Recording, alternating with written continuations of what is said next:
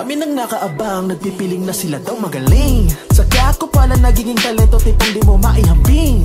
Galat ang pangalan nung malarangan, siya nang babalagbagin. Hinusayang palalo sa bawat tambag na trabaho para to sa goofy ass bitches. Mga moves sa style, panay glitches. Dito ka na sa mga natural na galaw, tig na matikas. At kung binabalak mo na maikumpara, pues ibahin mo ang hanay nila. Hindi pa kami nasirain o kita mo pare, ano, hibang ka na ba?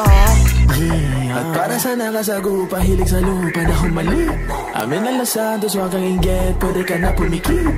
Sigera kung ayaw madamay, respeto takpan ng bibig.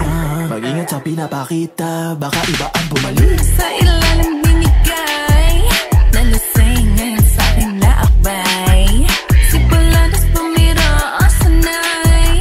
Sabi mo, baby, huwag kang mag-ingay. Bulagas lang, sinasanto, di tanggap na mga bano. Wala nang ang bilang hiling pag sumali na iba yung mga binagyo. Sa kaliramdam ang pagiging bano, agwat at tinsak na magkakalayo. Ba't nagtataka pa kami ang Buladas gang, amin na laro.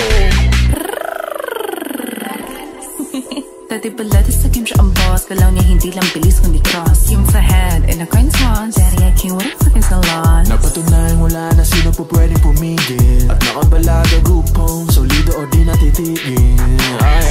Mag-ingat na sa pagpatak ng gabi, dito ka na tumabi, hindi ka mahuhuli ng mga bitch na nagtataho sa gilid-gilid. Ng mga bitch na nagtataho sa gilid-gilid.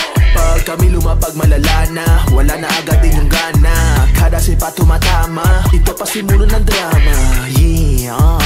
Di pa ba halata, may hawak na naman nobela. Kaliwat ka ng sunod-sunod, ang pinapasukan na gera. Mga bobong puti na feeling magaling, at kahit hindi na mabenta. Kaliwat ka ng ganapa, post lagpas pa ng 30.